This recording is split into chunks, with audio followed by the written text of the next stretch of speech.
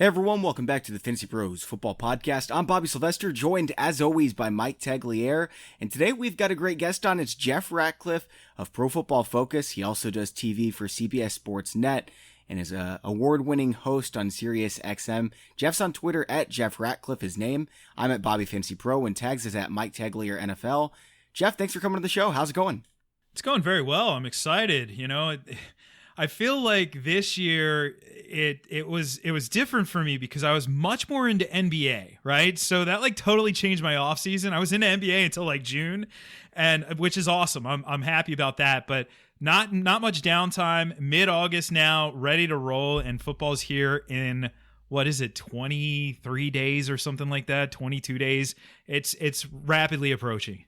It is rapidly approaching. It's a lot of fun, but man, it is a lot of work. Tags, what's going on, buddy? You doing all right? Yeah, I'm doing good, man. I did want to give a shout out to one of my Twitter followers from last night. I posted a video on Twitter, and he said, "Tags, I've been listening to the podcast for a long time," and he's like, "I didn't know you were so handsome." I was like, that made up for my grandpa's comment from the other day. So, by the way, I did want to just do a PSA here, just saying, if you guys are listening to this podcast and you're not on Twitter following people, you need to do that. Missing out on a lot of information. Yeah, it's one of the best sources of information. That's the reason I signed up for Twitter in the first place. So make sure you get on Twitter. Seriously, just follow it for football. It doesn't need to be a social media thing where you follow your friends.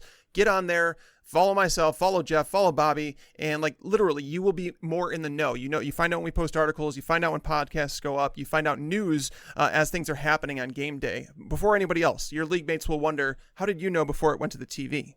And when you're working in an office and it's you're just doing quick hitting tidbits with your buddy and you're talking about fantasy football, whenever I have one of those thoughts or Tags or Jeff has one of those thoughts, we share it on Twitter. We don't share it on our podcast or in our articles. And so there's just a lot more stuff and conversations that happen.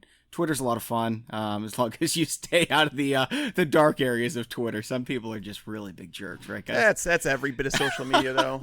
Yeah, it's nowhere near as bad as Reddit. So, guys, here's the game plan. Since Jeff's on and he's always one of the most accurate experts in our expert accuracy contest, what we're going to do is we're just going to ask him who some of the players are that he likes a lot more than consensus, a lot less than the consensus. That way we can, just get an idea about the players he's most passionate about. Then at the end of the show, we're going to be talking about as many fantasy relevant rookies as we can, the guys that were higher on the consensus and lower on the consensus. Before we get into that, we've got a little bit of news, but first I want to tell you all about our cheat sheet creator. It's the easiest way to create a cheat sheet for your draft. You can instantly import any rankings from the web or from a spreadsheet on your computer.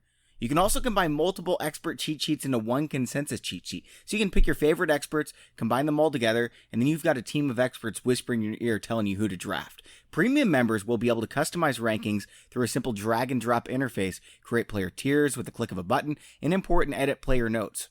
Rankings can also be imported to Excel or used in our draft simulator and draft assistant. All the customization work you do on your cheat sheet is going to be leveraged in these integrated draft tools. And guys, if you want to check that out, you can find it at fantasypros.com/draftwizard. And like I mentioned, a lot of this is for premium members. And if you want to get a 6-month Hall of Fame premium upgrade for free, that's a $65 value. You can go to fantasypros.com/offers to take advantage of one of our deposit offers. So basically, if you're a first-time user or one of our partners, you'll be able to deposit $10 and you can win money with that $10. And you'll get a $65 value. It's a 6-month Hall of Fame premium package. Again, that's fantasypros.com/offers. All right, guys, so we did just have one piece of news. It's that Antonio Brown is now back with the team. Tax, what are we doing with this situation, man? Well, we talked about this on the show yesterday in regards to where we were dropping Antonio Brown in our rankings. It's good to hear he's back with the team. He's not practicing yet due to this whole frostbite situation. I don't know how long it typically takes to recover from frostbite. Jeff might have more insight on that, but I've dropped him into the tier with Keenan Allen and Mike Evans, and I don't even feel comfortable grabbing in there. I'm usually grabbing a running back there in the third round, but I've seen him in some best ball drafts, Jeff, falling into the 4th and 5th round. I pulled the trigger a few times. Am I going to be regretting that? I don't think so. It's just it's all a matter of how much risk you can withstand. So for me, there are 4 players right now that I think you have to move down, and then you have to figure out where are you willing to risk it. So you have Elliott, you have Gordon, you have Brown, and you have AJ Green. Now AJ Green, obviously for a bit of a different reason. For me right now, I moved Brown down to 12 at wide receiver. So that's roughly about mid-third round. So if you're at 3.6, 3.7, Brown's still there. I think he is worth the risk. You just have to be conservative with your first 2 picks. Jeff, I want to ask you about those other players you brought up. At what point are you willing to draft them? I was talking to Tags about this before the show, and you could legitimately get a team of Ezekiel Elliott at 1.6, Todd Gurley at 2.7, Melvin Gordon at 3.6, Antonio Brown at 4.7, AJ Green at 5.6. If you have those 5, good luck against that team in the fantasy playoffs, assuming you actually make it. But there's a lot of upside out of those guys. Are you willing to take on that kind of risk? I'm not willing to take an approach like that in today's fantasy football and home leagues. And I know a lot of people listening to this, podcasts are drafting in home leagues, and you draft differently than in industry leagues. Now, the knuckleheads in your home leagues, and if you're listening to this right now, hopefully it's not you, but you know who I'm talking about. They are a lot better in the first couple rounds of drafts than they were a decade ago. And the reason for it's pretty simple. They do no prep. So they go to Google and type in fantasy football rankings, and I'm sure FantasyPros comes up or ESPN or whoever, and they get the first set of free rankings they can get their hands on. And right now, the rankings, and Tags, you can attest to this, Bobby, you can attest to this, the amount of smart people in this industry is growing exponentially year by year. So the rankings are significantly better than they were a decade ago, much less that same person probably didn't know how to use the internet a decade ago. So they were getting a magazine that was dated, and they were showing up and they were just butchering their entire draft. Now they draft lights out for the first couple rounds. I had this guy in a home league a couple years ago, and I was like, what the heck did he do over this? I want performance-enhancing drug tests going on here because this guy's drafting. Oh, no, it fell apart by the 5th round, right? That's where it's going to happen for those guys. So because these people don't make as many mistakes in the early rounds, it makes more sense for us to be conservative in the early rounds. There's no such thing as safety in fantasy drafts, but try and be safe as possible. Whereas, hey, I'm going to be drafting against Tags, and a bunch of industry folks this upcoming weekend. I'm going to be aggressive AF in that league. Of course I am, because these guys know what they're doing. So I have to, drive in a different gear for that type of draft. But home leagues, really conservative. So right now with Zeke, if I was drafting this weekend, I'm looking at him at the turn of the first, second round. I think that's where I feel good. With AB, I said the middle of the 3rd round. With Melvin Gordon, it's the middle of the 4th round. I am not optimistic on him. And then AJ Green, I think once you get into the 6th round, I think it's fine. If he's still hanging around there, that's when I'd pull the trigger. So why aren't you very optimistic about Melvin Gordon? Is it the specifics of his contract? Is it just you think the team's not going to come to an agreement and no one wants to trade for him? I think it's the age, really. That's why I'm more optimistic on Zeke. Zeke is essentially the same age as Gurley last year when Gurley got his extension. Of course, he got it done before camp. So I'm more optimistic there.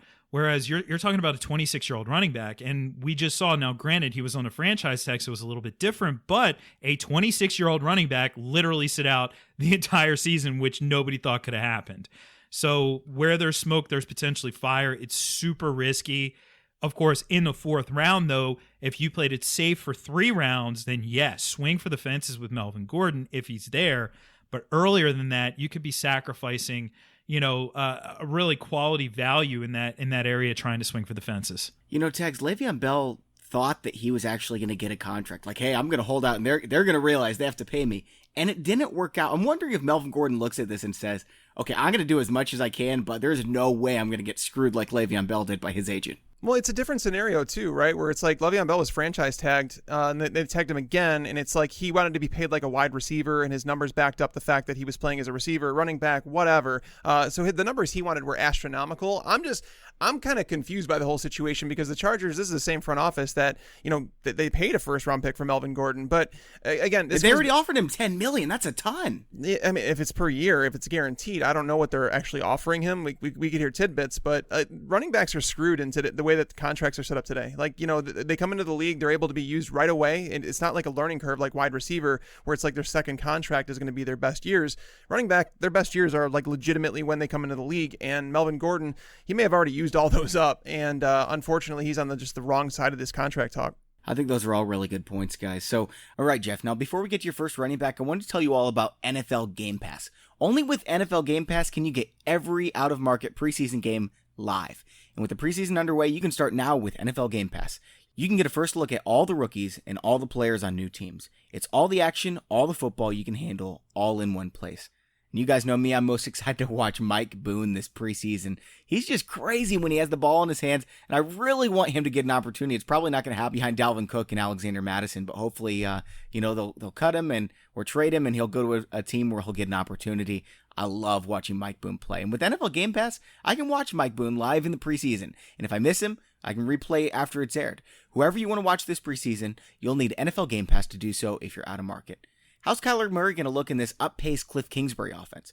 How's Antonio Brown going to fit into the Raiders offense if he finally plays? Can N'Keal Harry win over the Patriots' trust as a rookie wide receiver? Make sure to see all the action this preseason with NFL Game Pass. And best of all, you can kick off the 2019 NFL season with a 7-day free trial of NFL Game Pass. Sign up now at NFL.com/fantasypros. Again, that's NFL.com/fantasypros for a 7-day free trial of NFL Game Pass. Jeff, we're going to talk about your rankings now. We're going to start at the running back position. And if you guys want to follow along, we're going to be talking about ECR a little bit, ADP. ECR means expert consensus rankings. So we're going to compare where Jeff is compared to the industry consensus, the analysts in the industry, and then talk about ADP again, which is average draft position. That's at fantasypros.com/rankings. We've got all that there. We draw from over 100 analysts in the industry. We draw from a consensus of websites for ADP. I think it's 6 or 7 sources. So Jeff, let's start at the running back position. Is there a running back right now that you like quite a bit more than the consensus in the industry? A bit more, it would have to be, and I don't know how much more, but David Montgomery really is the guy who I've sort of been banging the table for. But the problem is that now he had a decent showing in the first preseason game. I'm fairly sure ECR is going to catch up with me, but I've had him at 21 pretty much all along here. And so I think I'm still ahead of the curve there because I know a lot of people were ranking him outside of the RB2s. And I understand that to a degree because, of course, you have Tariq Cohen there, but there's a big difference between a guy like David Montgomery and a guy like Jordan Howard. Jordan Howard, I said this time last year and people were hate tweeting me. There's the good parts of Twitter. That he was not a fit for that offense. And when you go back, people will say, oh, but he had over 1,000 yards. Yeah, at 3.7 yards per carry. Jordan Howard faced sub-package defense on 82% of his carries last year. He was at an advantage on 82% of his carries, and he averaged 3.7 yards per. So, it's a different player. Now you have David Montgomery who can create on his own. We saw that touchdown, and I know we talk about the touchdown, and already people are going to at me and say it was the defense's fault, because I get it. Everything in the preseason is defensive fault, or they're against the 3rd and 4th stringers, right?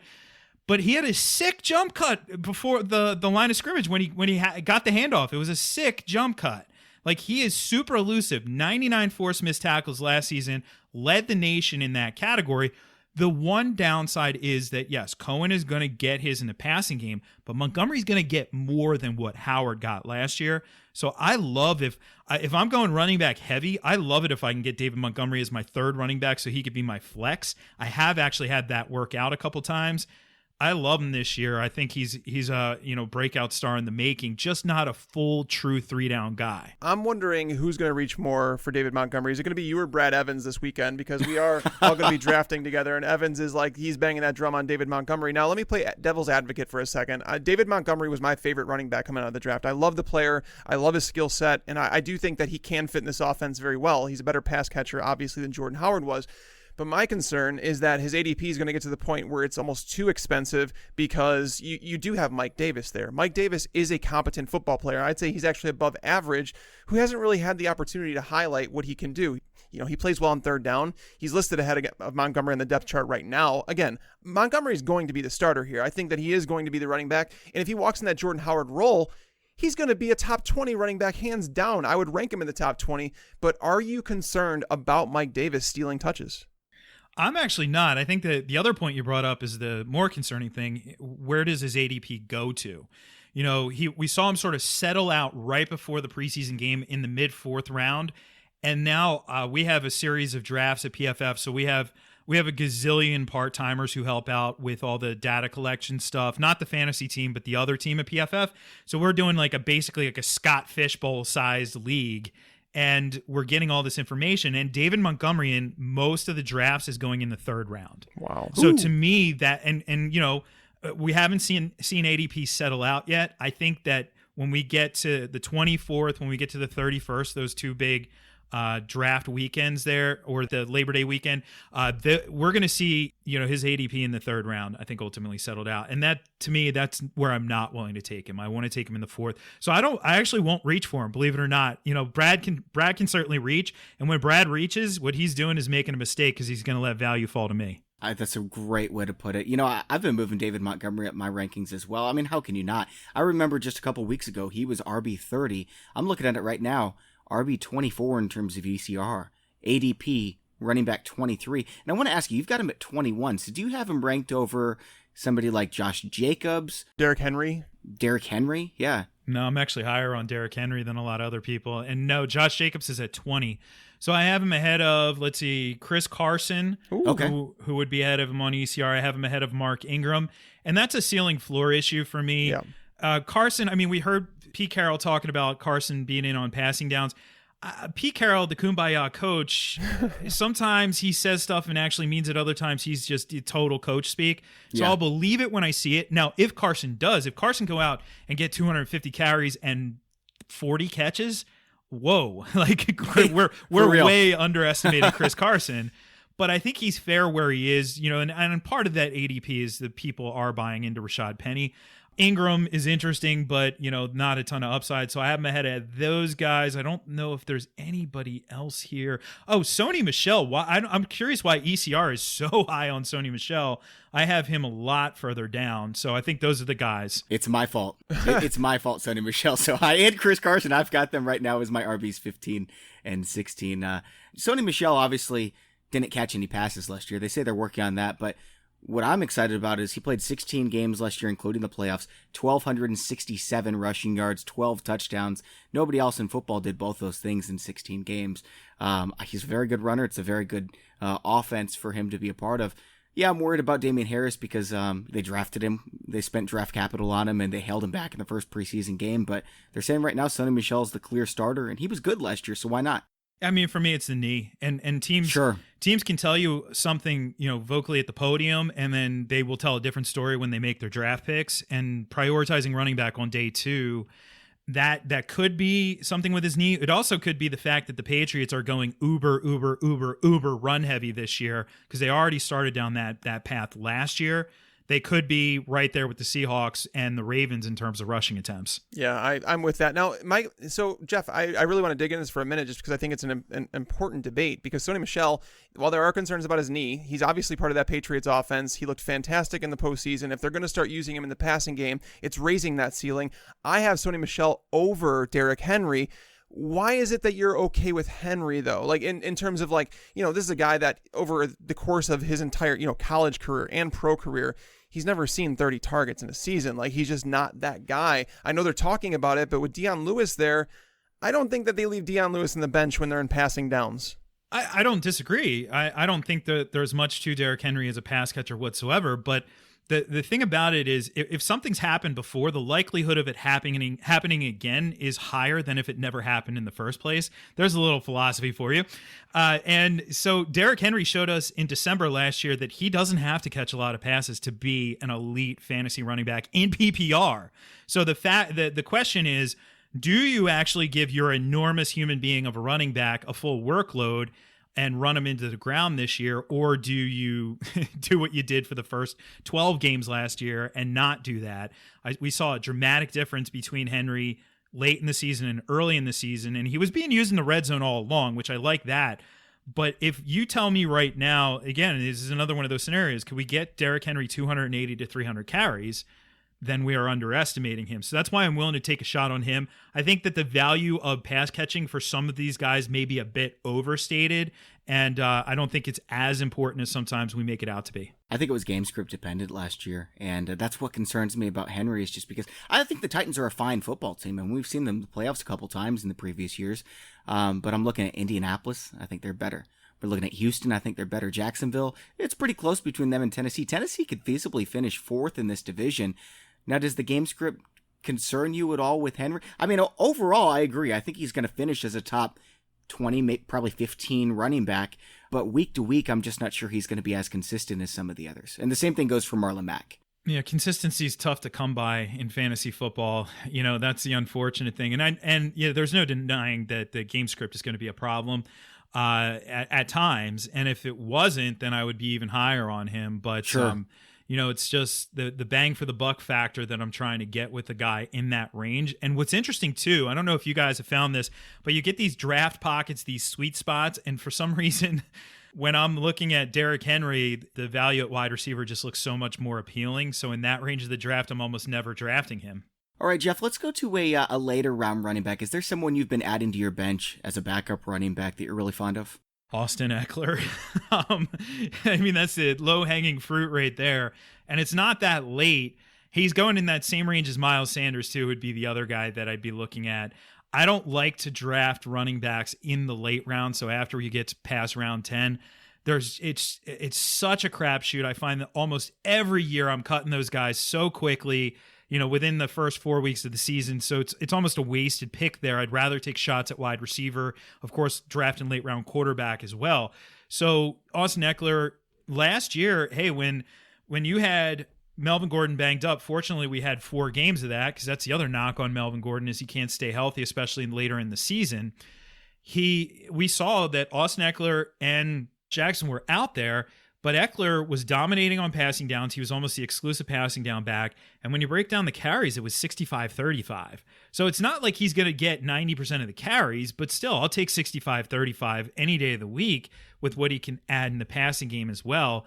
And there's the possibility he's not going to be this year's James Conner necessarily, but he could maybe be this year's poor man's version of that, which in the 7th or 8th round where you're taking him isn't bad. And then the Miles Sanders thing, I just don't believe in Jordan Howard, as I said earlier.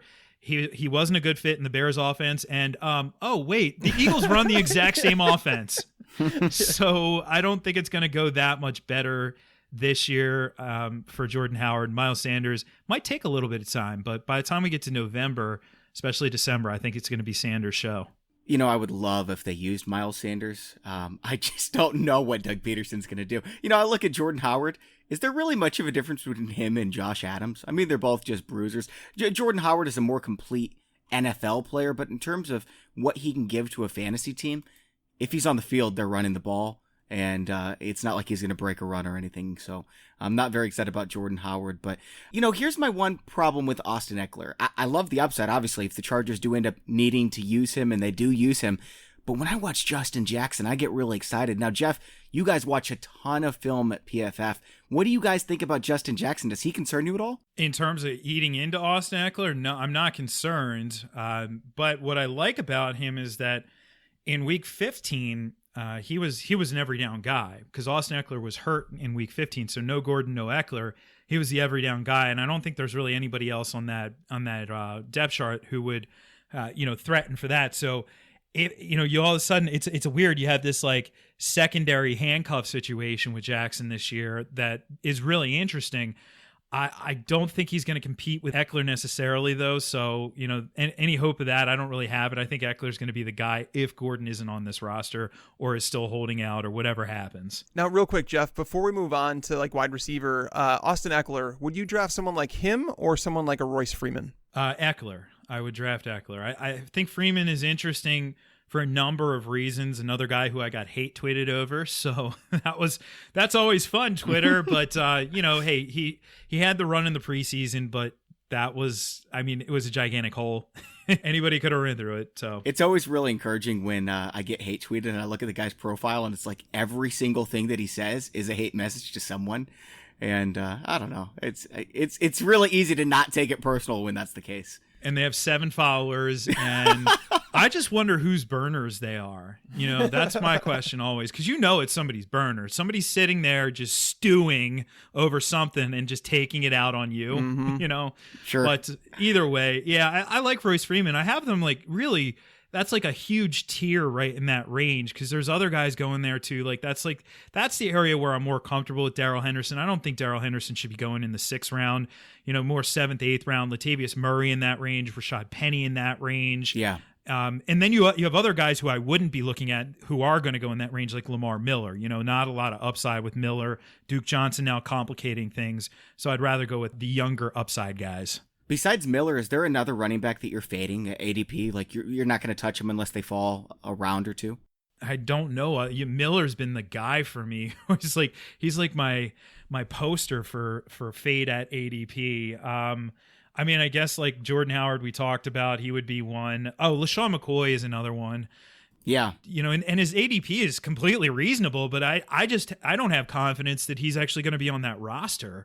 You know, again, teams tell a story. So you sign Frank Gore, you sign CJ Yeldon, you draft Devin Singletary. Like, what story are we telling with these moves about how you feel about your current running backs? So love that.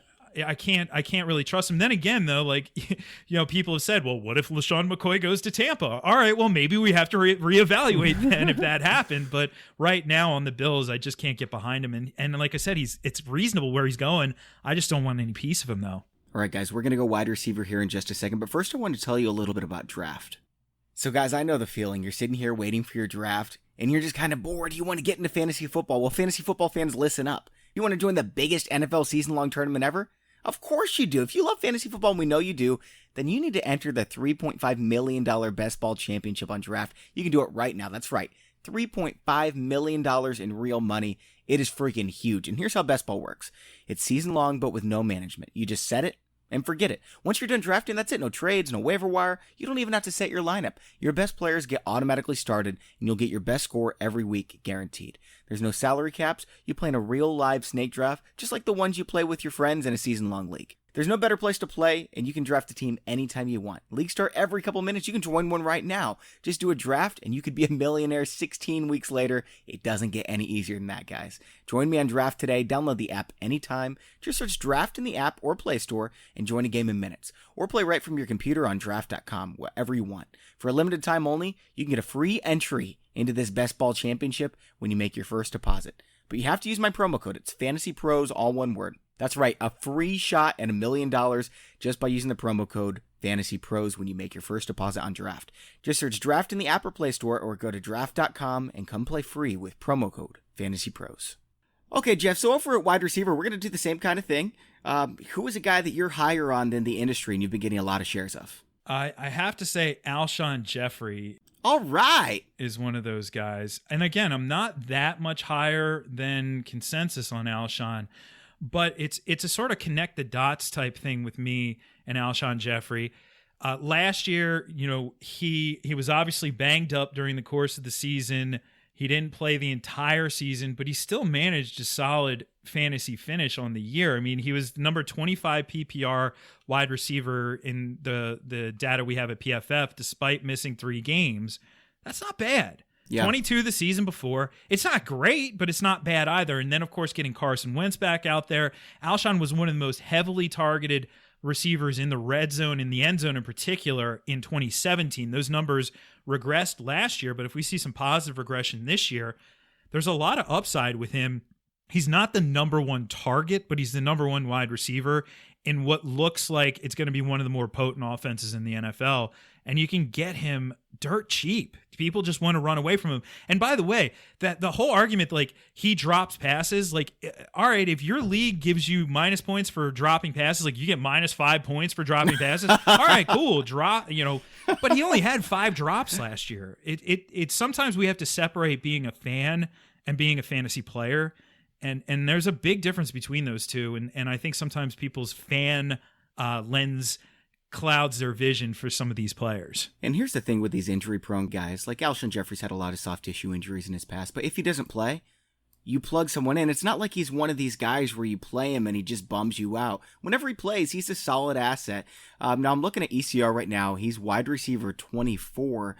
And ADP, he's down at wide receiver 28. And when I see that difference, it just kind of tells me, I don't know why, but the general public has a bad bias against him because the guys who were doing all the research, I mean, this is our whole life. We're doing this research. We've got Alshon Jeffery quite a bit higher than the general public. Now, Tags, you're a little bit higher in Alshon Jeffery too.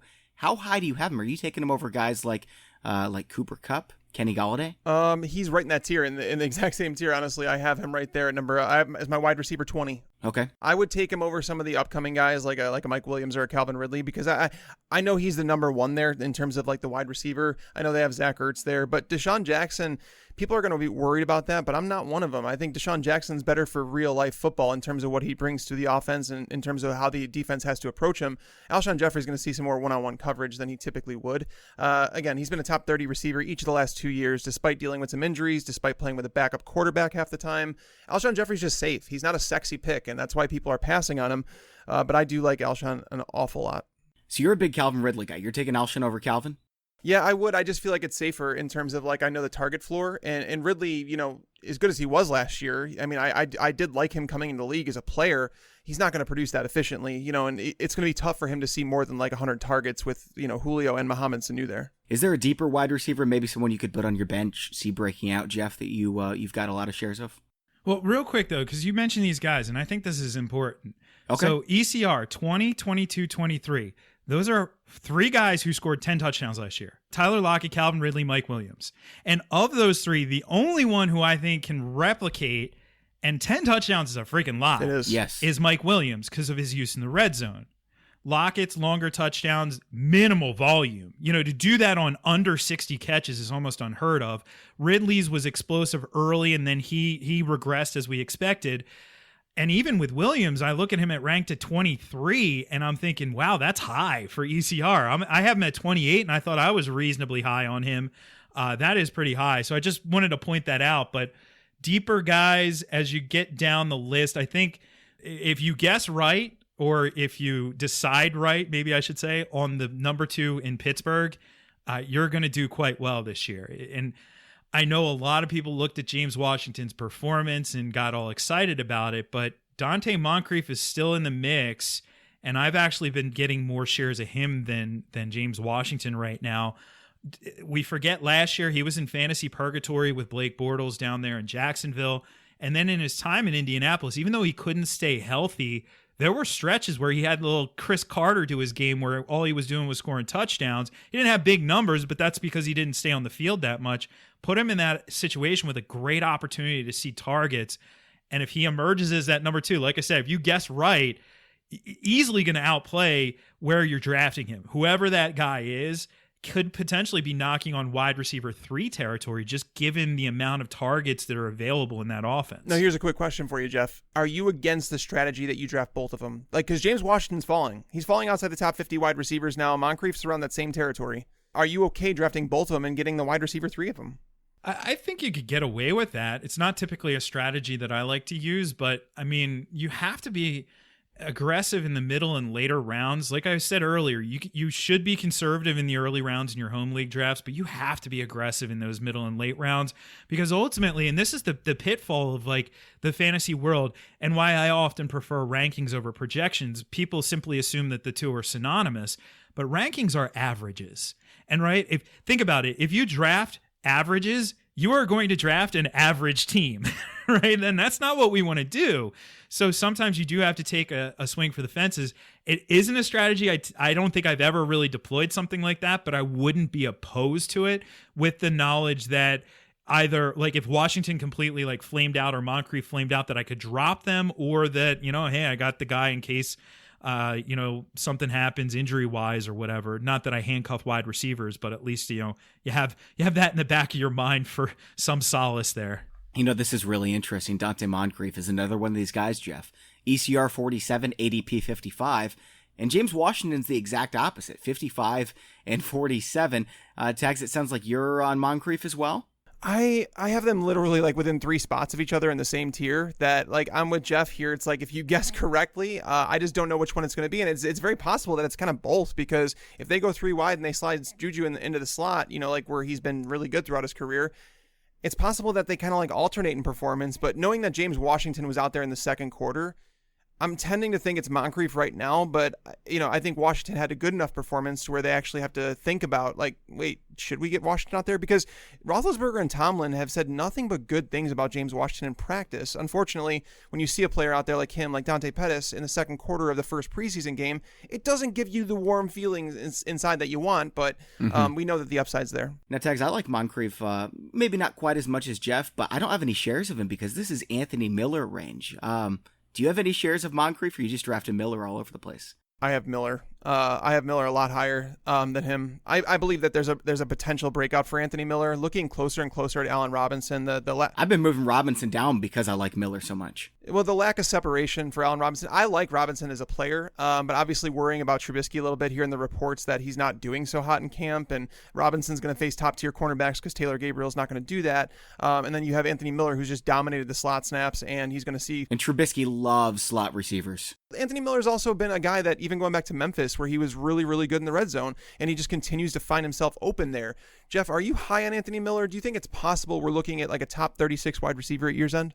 I think that can happen. So the Fantasy League of Experts draft was a week and a half ago, and I was at that thing sitting next to Brandon Funston from The Athletic, and I said, real quick, how many touchdowns did Anthony Miller have last year? And he's like, I think it was 5. And I was like, nope, it was 7. It was 7. He was banged up for the entire season. He had 33 catches, 7 of them were in the end zone. Like, that's crazy. Yeah. I loved him coming into the league. I think there's qualities. Now, I'm not saying he's Odell Beckham Jr., but there's qualities of Odell Beckham Jr.'s game to Anthony Miller. Jeff, I kid you not. I don't want to cut you off, but I'm gonna let you keep going. But I kid you not. I have said the exact same thing, that there's little parts of Anthony Miller's game that remind me of Beckham. If there's a breakout candidate, I love Miller in the late rounds. He's got the chip on his shoulder. So a little bit of Steve Smith too, like the smaller guy, but can play so much bigger than what he is. He's a freak athlete. When you watch his college tape, he was the kid who always stood out every game. Checks all the boxes. It's just last year he was banged up. So yeah, I have gotten a lot of shares of him as well. I actually do have him one spot ahead of Moncrief. And so you bring up a great point, Bobby. It's like sometimes, and this is why I love best ball, because, if you said Moncrief or Miller, I would probably say like 70% of the time I'm drafting Miller, maybe 75% of the time. But in best ball, you do have that other 25% of the time where you're going to draft Moncrief. Yeah. Is there a wide receiver that you're fading at any point in the draft compared to where he's going in ADP?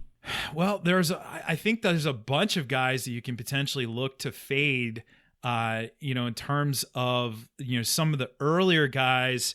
I have been fading Julian Edelman, and the reason why, it's not that he's the guy. I mean, there's no Gronk. You really don't have wide receivers. Like, the Jacoby Myers thing is awesome, but Jacoby Myers, in a best case scenario, he's Julian Edelman's backup, right? Like, because they play the same position. Anybody who's saying, oh, he's outperforming N'Keal Harry. Okay, well, they play different spots in that offense. So let's see how N'Keal Harry is faring against the other folks who are playing that spot, and then let's compare Braxton Berrios and Jacoby Myers, right?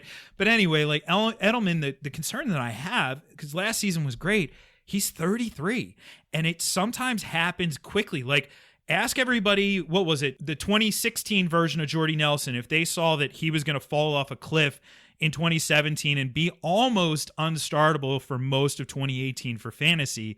And I think they would have thought, no, that can't happen. But it happened rapidly. And I understand in 2017, Rodgers was hurt, but Devontae Adams still had double-digit touchdowns in that offense. So, it was pretty quick. So that's my concern. I don't want to take Edelman in like the 3rd or 4th round range where he's typically going and invest in a 33-year-old wide receiver in a really run-heavy offense and a guy who, is dink and dunk and doesn't have a ton of upside. His ECR right now is wide receiver 17, ADP wide receiver 18. He's never finished that good in his whole career, and everyone's banking on him doing it for the first time as a 33-year-old. I can't do it. Tags, do you want to defend him? Yeah, I'm not banking on him finishing there because he always misses games, and that's part of the problem, that why he's never been there. But he averages 10 targets a game, and when he's in the lineup, he performs. And so instead of trying to predict what players are going to break out and miss off, and more often than not, I'm going to take a sure thing. And I'm not going to take him in the 3rd round, absolutely not. But if you're in a PPR format and Edelman's there in the 4th, which means he'll be your 2nd wide receiver, you probably have 2 top 15 running backs in your roster. I'm good with Edelman there. I feel like if you draft him as a wide receiver 2, you're going to walk away happy when he's on the field. And that's all we can really do. It's kind of like a Leonard Fournette thing, where it's like, if we get him in the 3rd or 4th round, we understand that he's probably going to miss some games, but when he's on the field, he produces like borderline wide receiver 1 numbers at times, especially in a PPR format. You downgrade him a little bit in standard, but I feel like him and Robert Woods are like the end of the sure things at wide receiver, because I get to Kenny Galladay and I'm like, that's going to be a lower scoring offense. Marvin Jones is coming back. TJ Hawkinson's generating a lot of buzz. Cooper Kupp coming off the torn ACL. Alshon Jeffery I like, but I don't know if he has top 12 upside. I'm not saying Edelman does, but I know Edelman is uber consistent, and that's why he kind of falls where he does for me. I'm not avoiding him. I'm not like absolutely targeting him in every league, but I'm okay if I get him there. I feel like there's just such a huge drop off in rankings after Robert Woods. I don't know who you put at 17, but it is substantially lower than Robert Woods in my mind. We're going to move on to tight end and quarterback. We're going to do those ones really quick because we need to move on and talk about the rookies. But Jeff, you mentioned a couple other wide receivers that you're just avoiding at ADP. Can you give us those names? Boy, Jarvis Landry, Sammy Watkins, they're basically in the same range. I'm running in fear from those guys. Larry Fitzgerald, just basically like the low upside or extremely volatile guys. And I will say, by the way, just to add on what you guys were saying, I'm typically drafting a running back in that range where Julian Edelman is coming off the board if it's the 4th round, and then I'm seeing DJ Moore in the 5th round, and I think that's a lot sexier. It's not a sure thing, but if you want to start being aggressive right around the 5th, 6th rounds, DJ Moore is a great way to kick that off in a draft. So I have to ask you about DJ Moore, because we've been seeing in the past couple of days, Curtis Samuel's ECR is moving up. DJ Moore's is moving down. You're a big fan of DJ Moore, though. I am. I know that there's some buzz from Panthers camp on Curtis Samuel, but when you look at the two, who's the more prototype wide receiver? It's Moore. It's not Samuel. Samuel can do a lot of different things in that offense, and I like his, the versatility. But would it surprise us if we look back at the end of the season and saw that Samuel was the number 4 target? Like, would he be, out-targeted by Moore, out-targeted by McCaffrey, out-targeted by Olsen? That could very well happen. So my concern is that on a week-in, week-out basis, people could be frustrated by somebody like Curtis Samuel. All right, quarterback, tight end, we don't need to do both these positions and go extensive, but is there somebody from either of these two positions that you've been getting a lot of shares of and are just excited about in general? At tight end, Mark Andrews. I love it. Really? Okay. All right. Most of my tight end, my strategy throughout a good chunk of the year has been getting in that wheelhouse of the 5th to 7th round. So I'm not typically at the front end of that run when Hunter Henry or Evan Ingram comes off the board, typically more towards the back end with Jared Cook or Vance McDonald. But I'm not, if the value is elsewhere that I just can't pass up, I'm not committed to the 5th to 7th round tight end approach. And I'm totally happy grabbing somebody like Mark Andrews with major upside, quietly put up 552 receiving yards last year. Lamar Jackson really liked him. When John Brown fell off a cliff for fantasy was when Lamar took over, and Mark Andrews really, just kept on trucking. And if anything, was better down the stretch there. He was a wide receiver basically in college, built like a tight end, but with wide receiver skills. He's super exciting this year, and he's been the guy, if anybody, that I'm targeting in those late rounds. Now, Tags, there's a little bit of concern about how much Andrews is actually going to play just because of what we saw in the preseason, but what do you think his upside is if he's the full-time starter? That's my issue, is like when you're drafting tight ends in the later rounds, it's like I'm generally looking for someone who could score double-digit touchdowns, and I like Andrews the talent, I really do, but I don't think Lamar Jackson is going to throw 20-plus touchdowns this year, which almost like knocks Andrews out of that conversation, and there's a lot of people that are on him and is a sleeper, and like that's always something I pay attention to. When we got smart guys like Jeff and other guys in the industry talking about Mark Andrews as a sleeper, it's like it forces me to take a closer look for sure. But again, I've liked Andrews the talent. I just don't know if there's enough volume there for him to do it. I don't know if there's going to be enough touchdowns to score in order to get him into that breakout tier where it's like, we had Eric Ebron last year, obviously scoring 14 touchdowns. This year, it's like you have to go a little bit earlier to get some of the guys like Vance McDonald who have a higher target ceiling. There's a lot of open targets there. Whereas Baltimore, things got even more cloudy than they were last year, where it's like you have Marquise Brown, you have they've added so much. Miles Boykin got a lot of targets in the first preseason game. I just worry about that is all. I just don't know what the true upside of Mark Andrews is. If you're not drafting one of those top 6 tight ends, in my mind, I think you should be planning on playing the streaming game. And if you're looking at Mark Andrews' first matchup at Miami, I mean, not just last year, but if you go back 2, 3, 4 years, Miami's always one of the worst against tight ends. Now, it's hard to tell whether or not that's going to carry over from season to season, but as good of a guess as we have, it's that Mark Andrews has a good matchup in week 1, so I wouldn't mind streaming him. Now, Jeff, what are you doing at the quarterback position? Are you waiting late for a quarterback, and if so, who's the guy that you're targeting in that 11th, 12th round? Well, I like to actually take 2. I know it's contrary to what a lot of folks advise, but I don't take a backup tight end in most instances. So if I'm waiting to the late rounds, I mean, geez, in industry drafts, I got Russell Wilson in the 13th round in the flex league, but that's not going to happen in your home leagues. Yeah. Still, I want to take a safer guy. I want to take an upside guy. Last year, I recommended Phillip Rivers and Patrick Mahomes, and I did not see that season coming for Mahomes, but that was the logic, though. Like, if you hit a home run, you are going to hit a freaking home run.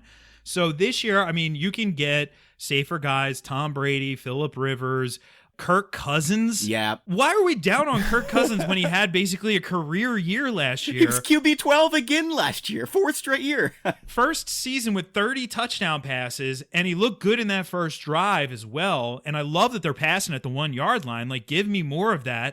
You can get those guys as safe, then you can take a swing at upside. Like, Jameis may go a little early, but, you know, if he's there in the 11th round, then boom, there's upside. Or obviously Lamar Jackson has upside with his legs. Josh Allen possibly later. Mitchell Trubisky a little bit earlier than that. Even though the reports, I'm not really worried. He showed the upside last year. I wish Kyler was still going that late, but he's not going to go that late.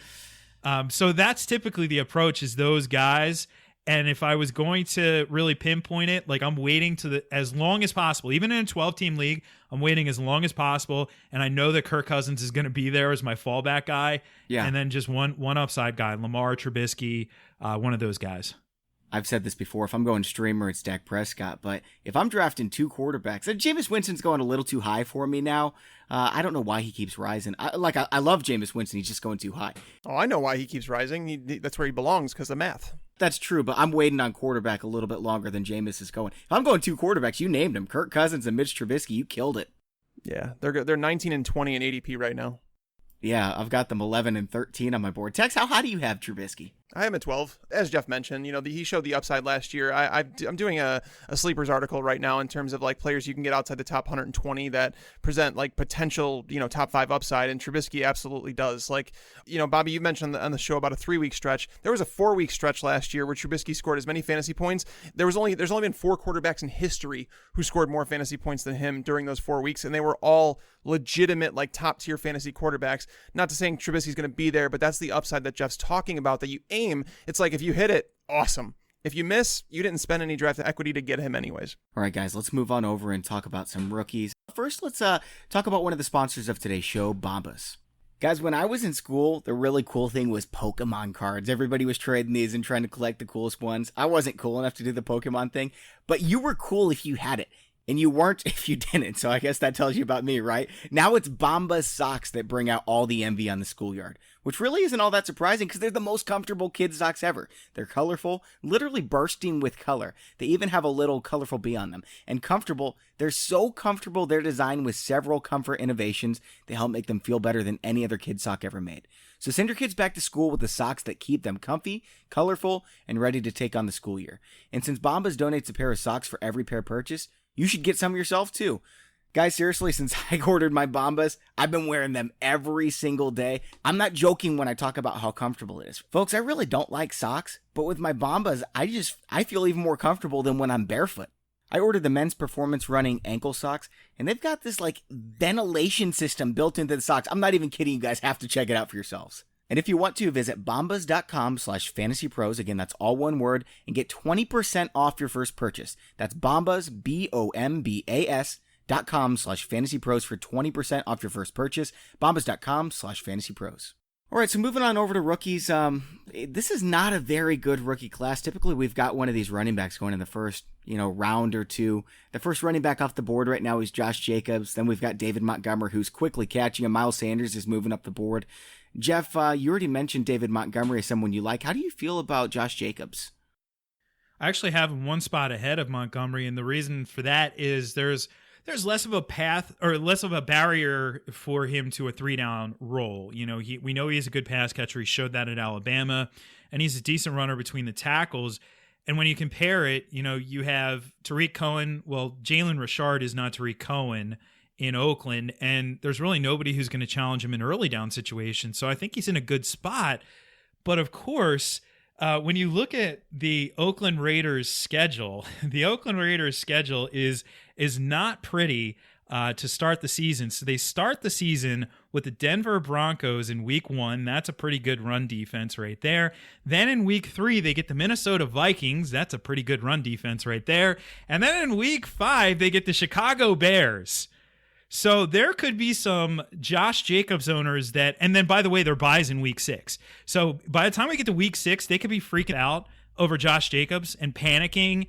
And you could swoop in and trade for Josh Jacobs on the cheap, especially hey, if you're in dynasty leagues, you could somehow, if you get really panicky owners, I know that's probably least likely course of events, but still, if you have that, I would go after it. Just be careful if you draft Jacobs. It's a tough opening slate for him in September.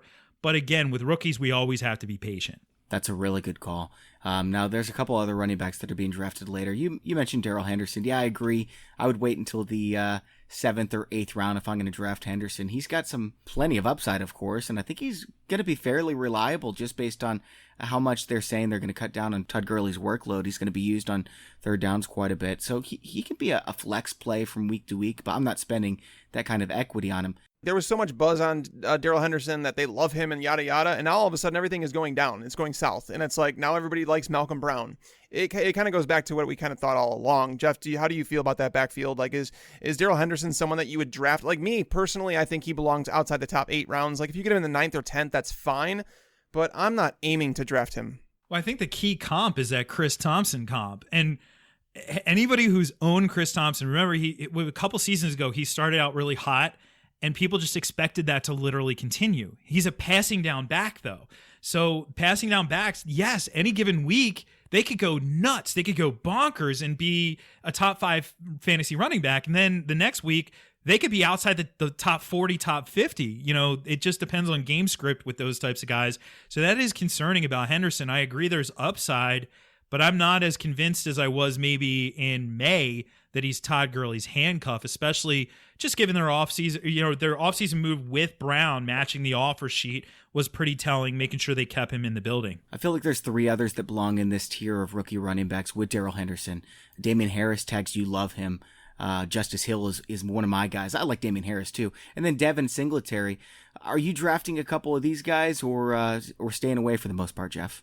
Typically staying away because I'm already done drafting running backs at that point. I draft running backs really. I want to try and get, if it's a 16-round draft, I want to get my 4 really before the end of the 9th round. And they're just simply going too late because I know what's very likely going to happen is these running backs get drafted in the late rounds and owners get impatient in September and they end up cutting them. So you can get them without using draft capital. And like I said, instead, I'd rather take stabs at some of those deeper wide receivers because there's really interesting names. And we were talking about Anthony Miller or Dante Moncrief. These are guys who you can possibly get even in the 11th, 12th rounds. There are, John Brown. You could even take a stab on some of these younger wide receivers later in drafts. Thought, Deebo Samuel looked really good in that preseason game, obviously. So you can take stabs super late on those guys. I'd rather do it than at running back. So in the past few years, we've seen a lot of league winners out of the running back position who were drafted super late. Alvin Kamara. This is before the holdout from Le'Veon Bell, James Conner. It's before the injury to Spencer Ware. We saw Kareem Hunt being drafted in the 14th, 15th round. Nick Chubb was drafted late last year. Now, that's if you hung on to him. Marlon Mack, same thing. That's if you hung on to him. A lot of guys were picking these 2 up. But at the wide receiver position, we haven't seen quite as many breakouts. So I'm curious why it is that you're not taking stabs on some of these high upside running backs. Is it just that you have to wait so long and it requires an injury? Well, it's the patience factor for sure, but I'd rather let somebody else drop those guys. And really it is. It's the, you mentioned injury. A lot of those instances you're talking about injury. Kamara, we literally didn't know what we had with that dude, and we should have. We knew what we had with Hunt. If anybody was paying attention, Andy Reid took this guy on day 2 for a reason. Yeah. And unfortunately, yes, it didn't work out in the long term there, but in the short term, he was a big time fantasy factor. Oh, yeah. We have to just pay close attention to the situations. And right now, when I look down through the list, I don't see a lot of guys that really would stand out with a situation. I mean, maybe Harris, like we talked about earlier, but that's really contingent on the injury situation for Sony Michel. And if he's good to go, then Harris's role is smaller. Somebody like Carlos Hyde, but then that's super risky because Andy Reid has already mentioned basically every running back on that depth chart. He talked to SiriusXM NFL last week and said possible RBBC and said Carlos Hyde and Darwin Thompson and Darrell Williams all possibly competing there. So it's a volatile situation. I don't see guys who are standing out there necessarily. So it becomes a guessing game in some instances. And I'd rather take those stabs at wide receiver.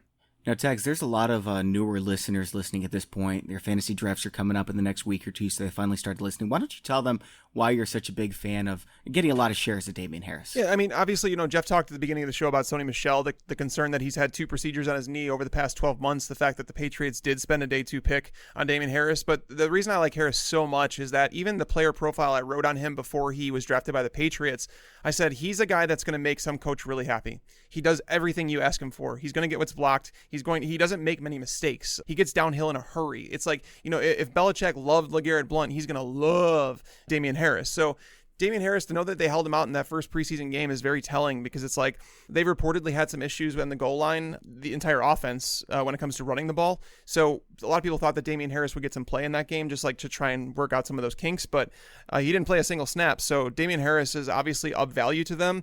And it's like one of those situations where I have no issue. Like, I don't purposely aim to handcuff running backs, but if I do draft Sony Michel, I am willing to take Damian Harris maybe a round early. And I'll mention in regards to Justice Hill, the reason he's my guy is, I'm looking at this Ravens team. Obviously, when Lamar Jackson took over, they ran the ball, I'm not kidding, 45 times a game. That's going to come down. It's going to come down to probably 35. That was the league high last year. But even so, that leaves a lot of carries. Yeah, Mark Ingram's there, but he's on the wrong side of 30. Gus Edwards is there as well, but they spent some draft capital on Justice Hill, and they've got no number 1 or number 2 wide receiver. I think Justice Hill could carve out a Tariq Cohen-like role, and if anything was to happen to Ingram, Justice Hill, who I've described as a bigger, faster, stronger version of Phillip Lindsay, I think he could break out. He's one of my favorite late-round stabs.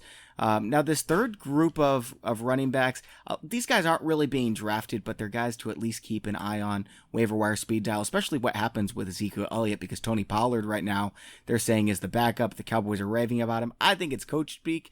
I wouldn't be surprised at all if it's Alfred Morris. But, Jeff, I'm curious what you have to say about Tony Pollard, Darwin Thompson, and Alexander Madison. Tony Pollard is one of the best kick returners in NCAA history. Let's just say that right off the bat. But he had, in 3 years there, just over 130 carries total. Granted, he split with Darrell Henderson, so that says something. But he's more of a pass-catching back to me. I don't buy that he would be a 3-down guy. He could certainly contribute in passing downs. But I think it's going to be Alfred Morris or, possibly one of the other guys, Darius Jackson or Mike Weber. But I'm not buying that necessarily. I've seen Pollard's ADP really shoot up. And I'm not going to give Jerry Jones speak any really fantasy credence. Alexander Madison's interesting. Obviously getting in there, catching the 1-yard touchdown pass. Really in that clear Dalvin Cook handcuff spot, which has been a valuable handcuff spot in the past. And a decent player. There's no doubt about it. So I think, we certainly have to keep our eye on him. Darwin Thompson. Fast. Wow. Exciting. Really exciting. Now, granted, I know Twitter was against the 3rd and 4th stringers, but the performance in the preseason definitely encouraging. We know that this isn't just Andy Reid talking about the young kids right now. He's been doing it since May. He said that we have some young running backs on this roster who can contribute immediately. So Thompson certainly is going to be interesting. I've seen him get drafted in a number of drafts recently, but at this point, until we get a little bit more clarity there, you're still just throwing a dart with Thompson. Tex, do you think there's any chance that Andy Reid just turns it over to Darwin Thompson? No, I don't see that happening. it all comes down to opportunity, right? And if someone were to go down, like if Damian Williams like re-injures that hamstring and Carlos Hyde is as inefficient as he's been the last 2 years, it's like all of a sudden opportunity knocks. And that's what happened with Damian Williams last year. You know, Spencer Ware was the next man up, and he struggled a little bit. Then he got hurt, and it was like Damian Williams just blew up, and Spencer Ware was an afterthought. So it's possible it happens at some point in the season, but I don't think it just happens just because Andy Reid decides he's the starter. I think a lot of people are going to start drafting Darwin Thompson with that, 5% chance that if it's even that he becomes a starter, and they're just going to be disappointed wasting a roster spot. There's a lot of other running backs with better opportunities, RB2 upside. Some have RB1 upside that you can get quite a bit sooner. Damian Harris is one of them. Now I want to talk about just briefly Kyler Murray. He's moved all the way up to ECR number 12. Now you did like him, Jeff. Would you take him if he fell to the 10th round? I would. Yeah, I absolutely would. And it's just the simple matter of the fact he is a dynamic running quarterback, but also, I mean, honestly, he wasn't Baker Mayfield in that offense, but he really wasn't that far off of Baker Mayfield as a passer. He really showed some impressive big boy throws last year. The question, obviously, we know he's probably not going to have a lot of time to throw with that offensive line. How do these wide receivers perform? We know what we're going to get out of Larry Fitzgerald. You can set your watch to him. But can Christian Kirk step forward? Does one of these younger wideouts step up? Hakeem Butler, Andy Isabella, Keyshawn Johnson, one of these guys, do they step up? What do we get there? So there's some question marks, but I think that's a nice range. Definitely in the 10th round. Any earlier than that, and I think we're pushing it in terms of the draft capital that we're spending. Tex, do you have any Kyler Murray? I do in best ball. I have a few shares because I made it a point to get a few because, I'm not super high on him. I'm as my QB 13. I think there are concerns that Jeff already highlighted. I am worried that they brought in Michael Crabtree and almost signed him. It just tells me that they feel like their younger receivers just might not be there yet because you're not going to bring in Crabtree just to have depth on your roster. So there are a few concerns with him, but as QB 13, it's like basically, we've talked about this. Once you get outside like the top 6 quarterbacks, I'm basically going to stream the position. And I like Jeff's approach too. I don't have any issue if you want to grab 2 of those guys that present upside, if you want to do Kyler Murray and Mitch Trubisky as your 2 quarterbacks, that's fine because it's more than likely then you're going to have a top 8 fantasy quarterback on your roster. Which one? I guess we're going to find out. So I'm looking at Kyler Murray right now. Let's say he runs for 700 yards. I could see him doing more than that. I'd say the over-under might be a little bit less, but 700 yards, okay? If he gets to 3,500 passing yards, they're running all those plays. All he needs to be QB7 last year would be 17 touchdowns. Now, we had someone on the show in the past week who was talking about TJ Hawkins and how he thinks he's ready. Right now, his ECR is sitting at 20. His ADP's dropping a little bit. It's down to 14. It was in the top 12. Would you touch Hawkinson, a rookie tight end, Jeff? No, unfortunately not. Good. It takes too long for these rookies to round into form, and it's so rare to see a guy in their rookie season, especially like the Rob Gronkowskis of the world, obviously are rare. But even George Kittle in his second year to produce, that's super rare. It typically takes 3 or 4 years. And look, Eric Ebron, how long were people trashing him in the fantasy community? And the reality is, he had the upside, and we finally saw it last year. It just finally came in his 5th season in the league. So Hawkinson, I think down the line, super special player. Same thing with Fant. Both of them are going to be studs. But in year 1, we'll maybe see a couple nice weeks out of them, but good luck predicting which weeks those are going to be. Absolutely agree. Tags, I know you're with me as well. Now, finally, at the wide receiver position, it seemed as though everyone was talking about how the wide receivers were so good in this year's draft class. And here I am looking at the number 1 wide receiver in ECR. N'Keal Harry is wide receiver 53. Now, I agree, it's a deeper class. We've got 11 potentially fantasy relevant wide receivers, all the way down to Miles Boykin, JJ Arcega-Whiteside, Terry McLaurin. But I'm not seeing anybody that I really want. There's some upside with Paris Campbell if the Colts actually use him. Marquise Brown if he wasn't dealing with a foot injury still. I know people are getting excited about Hardman because he's got all the speed, but Jeff, I'm not seeing any wide receivers I want to draft. How about you? Yeah, I'm not, unfortunately. In industry leagues, I've taken, thrown some darts at guys like I said, Deebo Samuel, or, maybe a little bit earlier, DK Metcalf, but it's just because it's industry leagues and home leagues, probably not going to do that. But by the way, I'm in the Philadelphia area, so had the Eagles game on the first week of the preseason, and I was very surprised to hear Ross Tucker. He was doing the broadcast, but Ross Tucker saying JJ Arcega-Whiteside. Ooh. It is a Spanish pronunciation, like Spaniard Spanish, and it is the King's Spanish. So that is actually how JJ pronounces his last name, Arcega-Whiteside. Well, now we know. Thank you. Now we know. I had no clue. I was like blown away. I'm like, are they messing his name up, or is that what? And then they actually went into it because they say, you might have noticed we're pronouncing the name this way. And so there you go. New story there about JJ. I need Bobby to do this. JJ Arcega-Whiteside. Tags, is there anybody that you're getting any shares of, these rookie wide receivers? I know earlier you liked Marquise Brown, but with the news coming out that his foot just really isn't ready, coming off the Liz Frank injury. Yeah, he was like one of those guys you can grab late in drafts, like as a potential top receiver for his team. But yeah, I'm avoiding him now. He's moved down my draft board. If there's anybody, it's DK Metcalf. We haven't heard Pete Carroll come out and talk like high praise for David Moore anymore, but he has come out and talked about Metcalf a bit. We do know that Metcalf is raw, but we do know that if he's in man coverage, he can beat you. And he's got Russell Wilson, which helps. And Russell Wilson can buy some time with his feet. Russell Wilson has an arm. He's one of the more accurate quarterbacks in the NFL, where it's like if you're going to take a chance on any rookie, you're going to look at one that has, an elite quarterback. So, while I don't necessarily like N'Keal Harry as a prospect, I think that he was overdrafted. The fact that he does play with Tom Brady it benefits him, and that offense there's a lot of missing targets there, but I'm not drafting Harry as the 42nd wide receiver overall, which is where he's currently going in drafts. And I'm probably not drafting Metcalf as the 45th wide receiver either.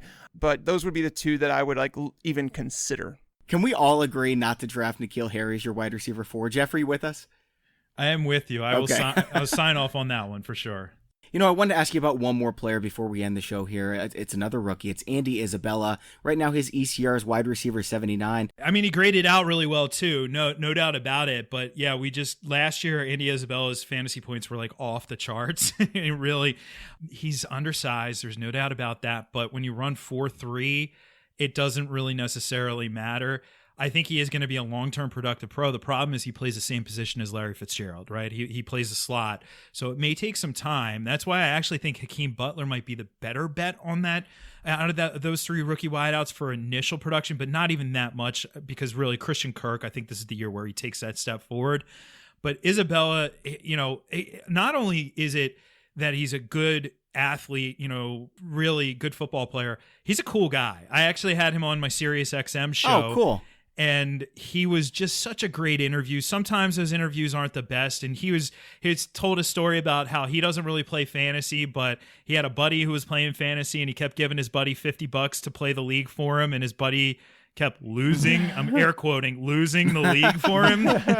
So his buddy was just pocketing his $50, I'm sure. But very, very nice kid, like really easy to root for. And certainly I think he's going to be a long-term fantasy factor for us. That's awesome. Jeff, great information as always. It's always a pleasure having you on. Absolutely. Glad to do it, guys.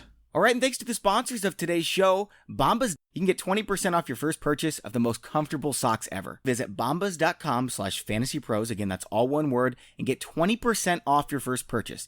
And also Draft, the best place to play best ball. You can enter the $3.5 million Best Ball Championship on Draft for free. If you make your first deposit on Draft, just enter Draft in the app or Play Store, or go to draft.com and use my promo code FantasyPros for your free entry into the Best Ball Championship. Again, that's draft.com and the promo code FantasyPros. And also NFL Game Pass. If you want to watch the preseason games live, you can get a 7-day free trial of NFL Game Pass at NFL.com/FantasyPros. And don't forget to check out the cheat sheet creator at fantasypros.com/draftwizard. And if you want it for free, you can take advantage of our deposit offers at fantasypros.com/offers. For Jeff Ratcliffe and Mike Tagliere, I'm Bobby Sylvester. Thanks for listening and enjoy your football.